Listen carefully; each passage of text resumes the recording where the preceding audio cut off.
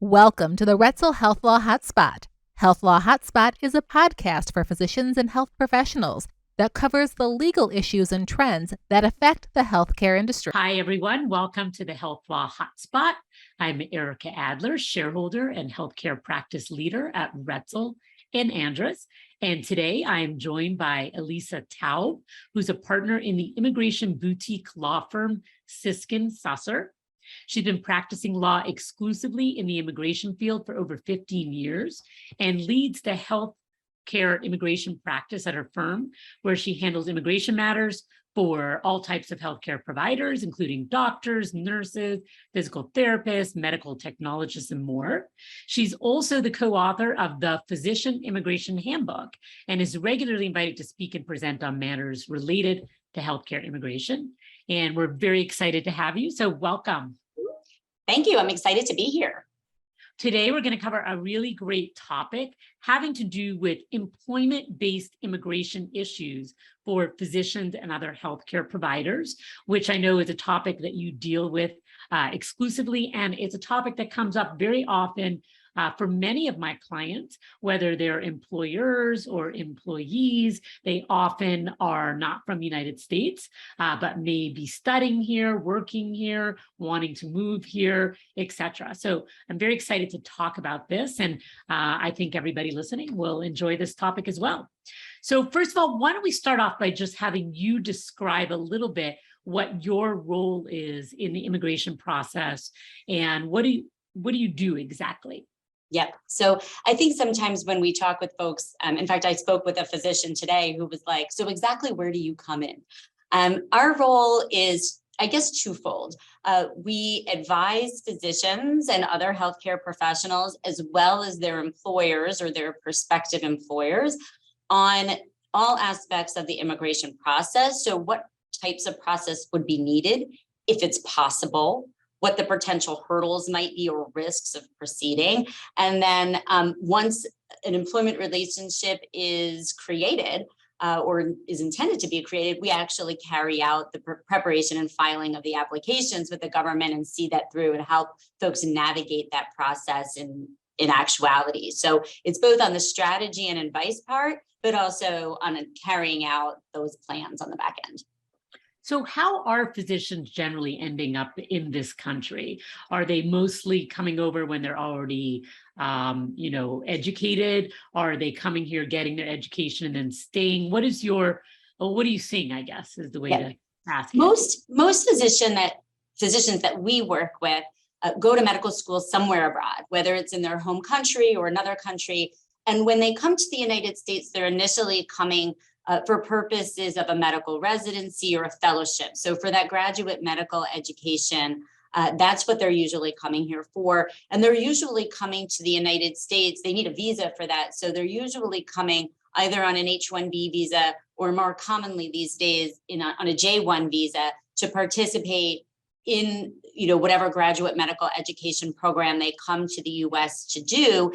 And it's that initial step, whichever status they come in, that sort of sets them up in terms of what comes next as they go to finish that training program. So when they are finishing their training program, what should they be thinking about? Because I assume the visa tied to the training is going to end. So when do they need to start thinking about it, and what are their options? My personal opinion is that it's never too early for an international physician to start checking out the job market, depending on, what their level of training is, what their career goals are. So if a physician is coming to the United States and their plan is to complete a 3-year internal medicine residency and then go on to work at an outpatient internal medicine practice or maybe as a hospitalist, when they're PGY1, so we're in their first year of residency, I don't think that's too early to start just making, connections with recruiters, start looking around, what's out there, what kinds of jobs might I be eligible for? Same thing with somebody who might want to go on to subspecialize and do a fellowship. Maybe toward the end of your residency, once you're matched with that fellowship, starting to network in your field is really important, because ultimately, as you mentioned, Erica, as folks are transitioning from their training program to their first attending job, they're going to need some sort of immigration sponsorship. And the sooner they can connect with an employer about that and kind of be upfront and let folks know what they need, the better chance that they're going to be, set up for success in that process. So do you find that there's some employers that just are not interested in dealing with foreign physicians because it's just too complex, or they don't know what they're doing, or it's expensive? And should physicians kind of focus on employers that already have that experience, or what do you usually recommend? So there are some employers who are reluctant or hesitant to enter into the to kind of enter into the physician immigration world for all of the reasons that you mentioned. And some of it is just a fear factor, or maybe they had a bad experience in the past, so they're like, we don't ever want to do that again.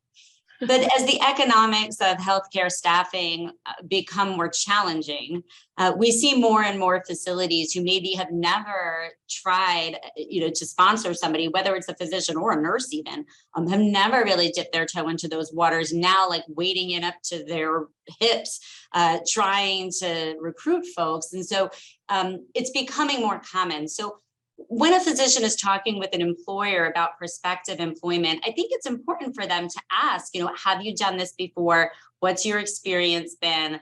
Do you have immigration counsel already that, is ready, that kind of knows you and knows the process? And even, with my own employer clients, I usually, demand that I want to talk with the physicians that are their candidates that they might be hiring. So, is there an opportunity to talk with the employer's immigration attorney before you sign a contract to kind of, get to know them a little bit and feel comfortable with how that process goes? So, I also think that physicians need to be upfront about their immigration needs right when they start to meet recruiters. Back pre-COVID, I used to go to a lot of physician career fairs to talk with doctors, and it would drive me a little bit, batty listening to some of the conversations, because some physicians tried so hard not to admit that they were on a J1 or to admit that they had the need for H1B sponsorship. And I'm like, just tell them, like, go up, say, hi, my name is Dr. So-and-so, and I'm, in the United States training in an internal medicine residency, and I'm on a J1. Do you offer J1 waiver sponsorship? Like, get it out of the way really early on, because if they say no, then move on. If they say, well, I don't know, we haven't done that before, but maybe we'd be open to it, great. That's wonderful. Like, that curiosity, we can work with that. But at least and they know upfront what the expectation is, because what I've also seen happen is a physician who goes in, says nothing, signs a contract, and then it turns out that maybe the sponsorship they were expecting isn't available, and nobody's happy when that, when things come up at the last minute like that. So in terms of the ability of employers to sponsor physicians and healthcare providers, is it hard? I mean, does everybody who wants to hire a foreign physician, do they get what they need? Or, I mean, we have a desperate need for doctors and healthcare workers in this country. Are there spots available? Are very valid candidates not able to get it? And what happens when that occurs? Yeah, so that's a great question. There's yes and no. I guess, the very lawyerly answer to your question is it depends. It depends on what the physician's immigration status is during their training and what their needs are post-training, and some of the characteristics of the employer. So, for example, a physician who comes to the United States on a J1 visa for purposes of graduate medical education is subject to something called the 2-year home residence requirement.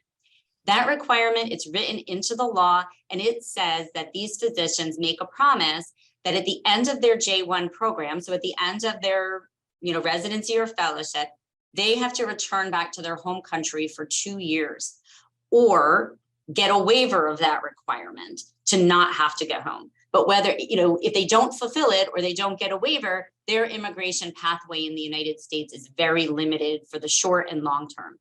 So most physicians, as they're nearing the end of their training, and I'm saying like a year or two before they finish their training, are going to start looking for jobs that might sponsor them or might be able to support a waiver. And the most common types of waivers that physicians seek are those based on their making a commitment to work 3 years full-time in an underserved area somewhere in the United States. So these are federally designated areas that have a shortage of healthcare workers.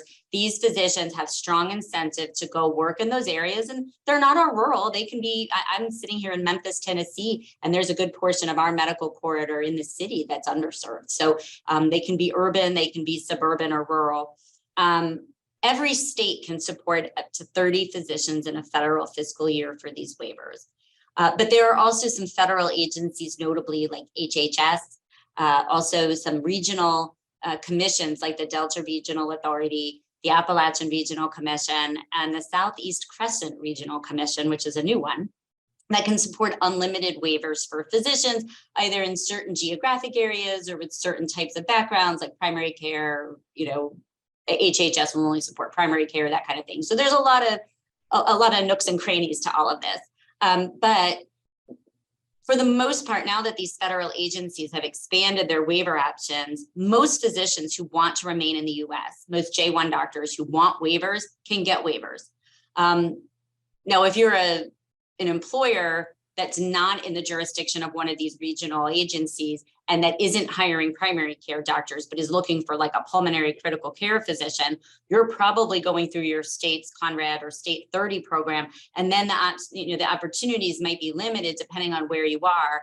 New York is going to receive a huge number of applications every year, as does Texas, right? Because they're large population states and they still only get 30 waivers. So the odds there may be a little more difficult than, say, seeking a waiver in Colorado or Montana or Wyoming, where lower population centers, lower demand for waivers. So that's why it depends, right? On the H-1B side, for doctors who come to train on H-1Bs, they have a whole other set of circumstances that can limit where they look for jobs. They may not be looking in private practice for jobs. They may be looking more in the academic sector because the road to getting an H-1B is going to be more smooth going through, potential academic employer than through a private practice. So on both ends, you see limitations, but there's a way to navigate it. And, as immigration attorneys, when, going back to that very first question, these types of conversations are what we have with physicians when we talk with them and help them strategize,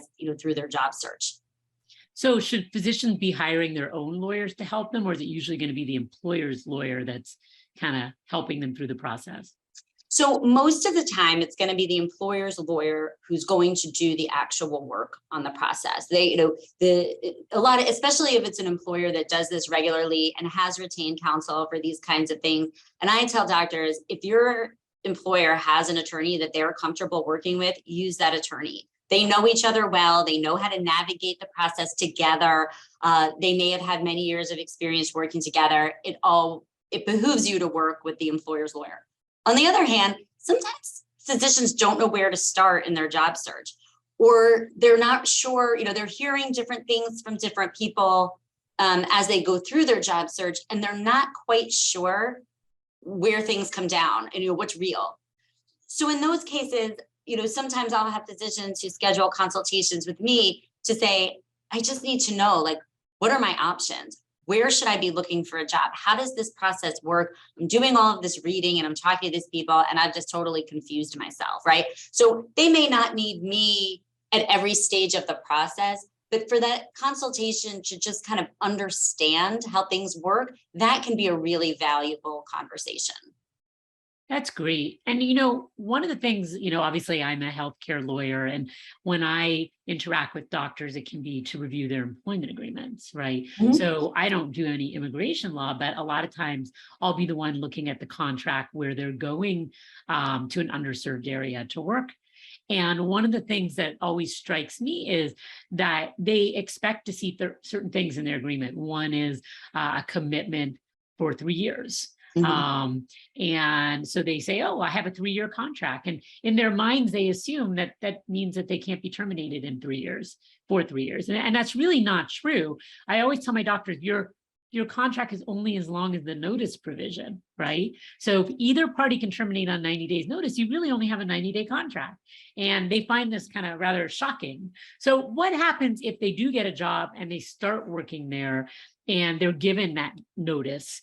Or maybe there's a termination for cause provision, or maybe, I guess, even worse alternative, we'll talk about this in a little more detail, the doctor's the one that wants to leave. What happens at that point with their immigration status? Right. So for physicians who obtain J-1 waivers based on that 3-year commitment, they are limited. There's a restriction that applies to them in being able to change jobs during those 3 years. The restriction is that they can only change jobs if there are extenuating circumstances that apply to their situation. And in the law, the only definition we get of extenuating circumstances is closure of the facility or hardship to the physician.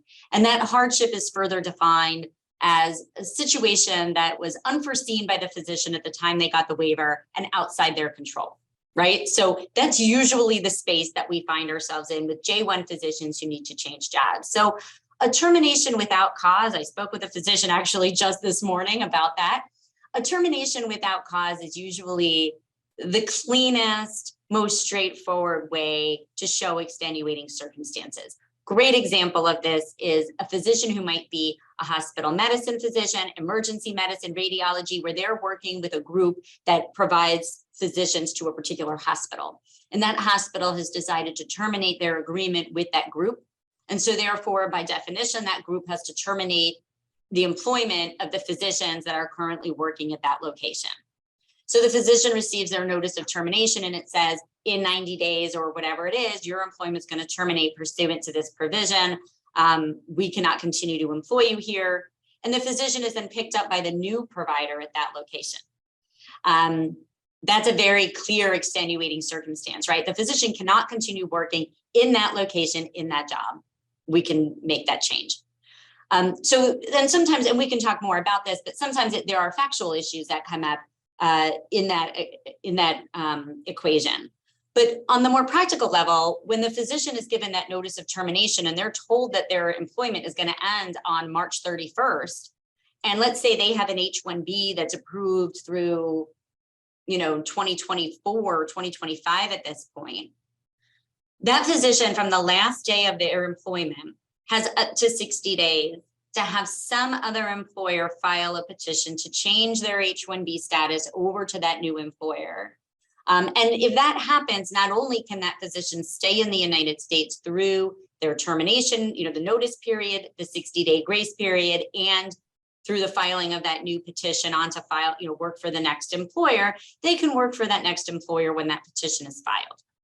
So that would be, best case scenario is you get that 90-day notice or 120-day notice, whatever it is, and you immediately do two things. You schedule a consultation with an immigration attorney that's independent from your employer, and you immediately start looking for a job. Like, don't wait a day, mourn it for a few minutes. Obviously it's, jarring and you're going to have all of these emotions and it's terrible. And then take the bull by the horns and immediately do those two things. Call an immigration lawyer and start your job search because time is of the essence. Every day is going to be important during that period. Now, what happens if you get to the end of that 60-day grace period and you haven't found a job, right? It happens sometimes that you might have several offers out, but you haven't signed, or you've signed, but the H-1B process can take a few weeks and maybe there's not enough time to get something filed. You may be able to file an application to change to visitor status, to stay here basically as a tourist or business visitor for up to 6 months while that process is ongoing. And then the new employer can change your employment from the visitor status to the H.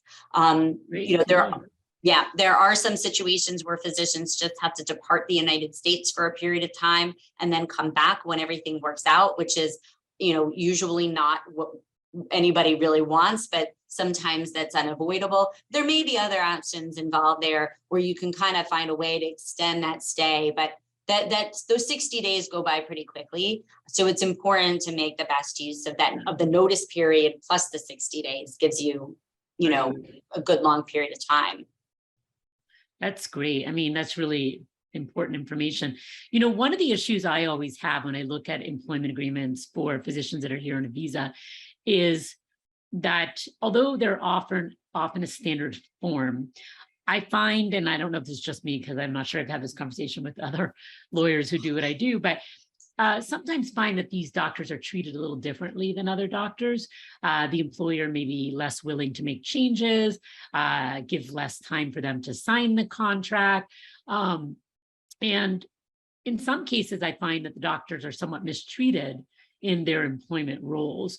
And it could be a disproportionate amount of certain type of work or some other mistreatment like that. And I think in my experience, it's largely because the doctor's in kind of, I don't want to call it a desperate visa status, but in some cases, the doctor feels rather desperate. They can't lose his job. They have to stay for 3 years. They don't have another employer who's going to sponsor them. They'd have to move their family, and the doctor just doesn't have some of the flexibility and freedom that a non-immigrant physician might have.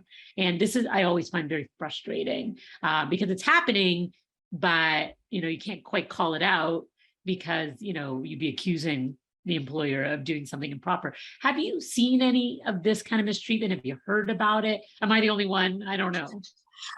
It does come up from time to time, and it's very frustrating because I think because of that, because J1 physicians that are fulfilling obligations under J1 waivers have this extenuating circumstances limitation in their ability to change jobs. I think some employers view that as they've got this doctor locked up for those 3 years, and there's really nothing that physician can do to fight back. And I have over the years worked with a number of physicians who found themselves in really challenging situations. Hospitalists who had so many patients that were assigned to them that no reasonable physician could work under that strain. I've worked with physicians who've literally gotten off the plane from international vacations to text messages that they needed to come immediately to the hospital because there were patients waiting for them. Physicians, working weeks on end without a day off. And in those types of cases, we've been able to successfully help those physicians move to new employment. The most important thing, there are a couple of important things. Finding that new job that's willing to sponsor and being open with them. If the new job is with my employer client and that's how we've come to know each other, they're going to have me do a consultation, and I'm going to try to elicit as much of these facts out of you as possible and talk about, is this a viable transfer? And if I think it is, I'm going to go back to the new employer and I'm going to say, yeah, this is doable. Here's some of the background. I'm not going to give them all of the nitty gritty because they don't need it, but they need my assessment that this is a doable transfer. And I'm going to ask the physician, what's your documentation? Do you have text messages that you can print out, emails, other written correspondence with your employer that shows that you're trying to work through these issues or how they're abusing you? Do you have schedules that you can print out and provide me so that I can show that you've literally been scheduled every single day for 2 months without a break? I mean, that is, outrageous. And then we have the physician put together a personal statement where they explain in their own words what's going on. And of course, we assist with that, but I like it to be as much in their voice as possible because it's obvious when I've written it, right? So I want the physician to take that first crack, and I don't know all the facts, right? So give me, a recitation of everything, and then we'll make it look pretty. And we get all of that together, and then we write, kind of the legal brief part of that explains that this is untenable. This situation that the physician finds themselves in is not okay. I've had physicians who've gone for, mental health care, with a counselor, where the counselor then, or the therapist, writes a letter also saying it's in this physician's best interest to change jobs or, whatever it is. We've had folks who, really have been through the ringer. We had one physician whose employer was being threatened with the loss of their malpractice coverage because of the way that they were handling things. So any kind of that type of external documentation, what the government would call, objective documentary evidence, anything like that can only, enhance the application to be able to leave. So if if the physician's really feeling that they need to quit, We usually like to file these applications before the physician gives a notice, in sufficient time that once we have an approval notice from the government, they have time to give their 90 days under the contract. I don't want the physician to give notice and put themselves in that bad position of us then having to file the H-1B transfer, not knowing that it's going to be successful. And then if it's not, the physician's already given notice and the government hasn't agreed with us that this warrants a change. So we want to be really mindful and really careful to protect the physician's interest so that they at least can continue working if the transfer doesn't work out. But on the whole, most of the ones that we've handled over the years have worked out well, and the physicians have ended up in much better circumstances than they initially were. So, I mean, when I work with doctors on their contracts, I'm always trying to get in, as much detail about the doctor's commitment, time off, schedule, location, call, those kind of details. So in my mind, like from a pure contract perspective, by having those details in there, I'm protecting the doctor. But in hearing you speak, even if the employer breaches those requirements, before the doctor really wants to call the employer out on those things, they want to talk to you to be set up. Does being able to prove that the employer did not honor the contract, does that add to the argument as well? Yes, and that's really helpful. If your call is specifically set out in the contract and you're being asked to do way more call than what you originally agreed to, if you're not being paid at the hourly rate that you were promised, or not being compensated for certain things in your practice that you were supposed to be compensated extra for, or whatever it is. I once worked with a physician who was supposed to be credentialed at a separate facility. And one day the physician shows up and finds out that her credentialing was revoked without her notice by the hospital that employed her. So she showed up to these hours that she was scheduled for and found out that she wasn't able to work there anymore, and nobody had told her.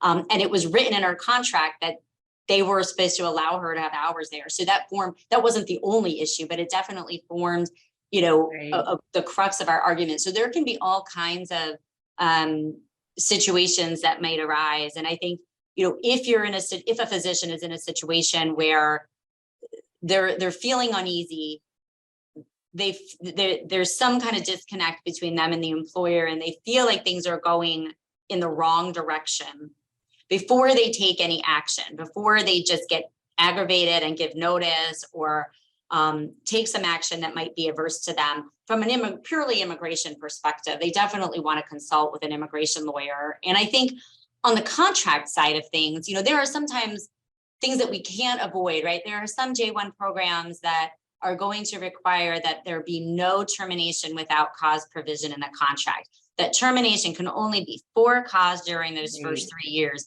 And that, it irks me so much, because that doesn't protect the doctor.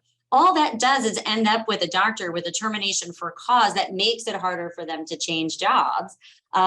It doesn't mean that nobody's going to get terminated for bad reasons, right? Right. I think on the government side, they think, well, if we get rid of termination without cause, then people won't willy-nilly apply for these waivers. They'll know, that these are important. Well, everybody knows that, but now you're forcing the employer's hand to terminate in a way that doesn't really benefit anybody.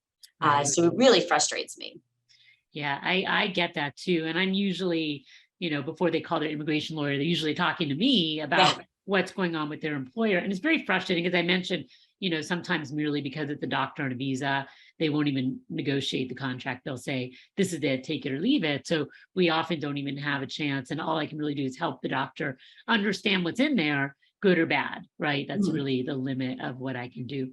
So do you see things changing at all in the next few years related to physician options for visas and immigration? Are you hearing anything about a different approach because we have healthcare shortages, or do you kind of think things are you hear chatter for many years and it's always stayed the same and it will always stay the same? I would like to think that there could be some changes. There have been some bills kicking around Congress for probably the last decade that would make some really needed changes to the J-1 waiver process. might enhance some options for H-1B physicians and might enhance some green card opportunities for physicians.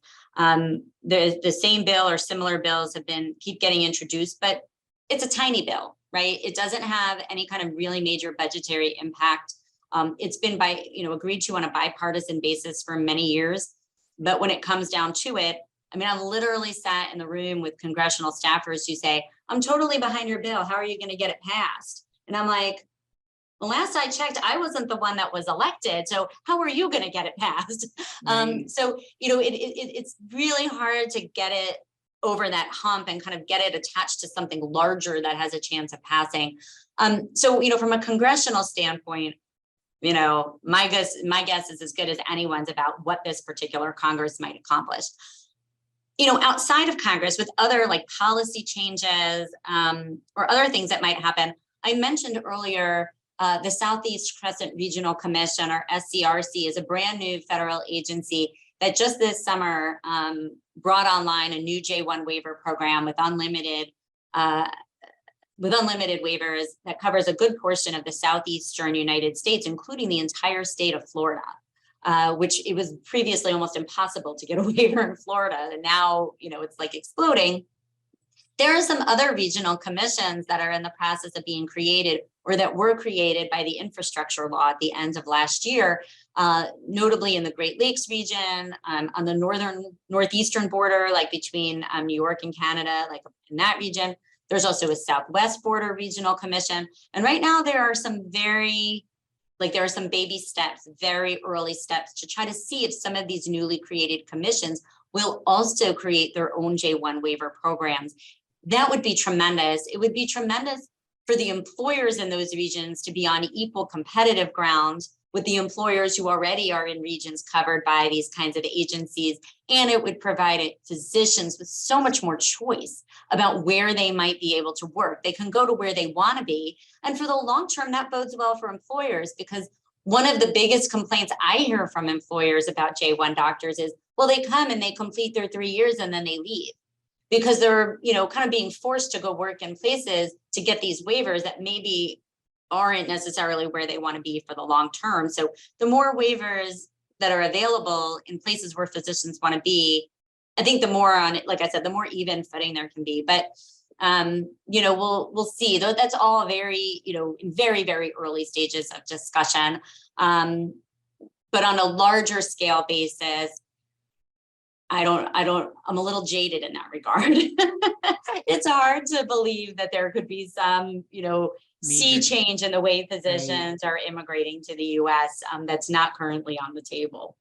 Well, let me ask you then, and this is kind of a good question to kind of wrap this up. What happens at the end of their 3 years? Are most of them, can they just go find a regular job somewhere? Do they have to apply for a green card? Well, what happens then? Yeah. So, and I will say, now that I just mentioned that, the vast majority of the physicians with whom I work stay at their waiver employers for at least, some period of time beyond those initial 3 years. And typically what we're doing at that point is we're extending their H-1B status. And usually at some point along the way during those 3 years, to us, together with their employer, we've initiated green card sponsorship for them. And if they're not subject to any sort of green card backlog, that means that in the year following the completion of their waiver service, they'll likely receive their green card. And then they can either stay with that employer for forever, or at some point in the future, maybe they move on or they open their own practice or, whatever. And then years later, they can become US citizens. So there's a whole path there. Some physicians, like those who were born in India or China, are subject to very lengthy green card backlogs. For them, there may be incentive to stay with those employers for the longer term, but they also, can find mobility by having another employer transfer their H-1B employment for them. But, typically beyond those 3 years, the next step is green card processing and just staying in that H-1B status as long as possible until the until the green card is issued. And who usually pays for a lot of these immigration costs, especially that green card? Is it the employer? Is it a shared cost? And related to that, if the doctor is to leave, can the employer get that money back from them?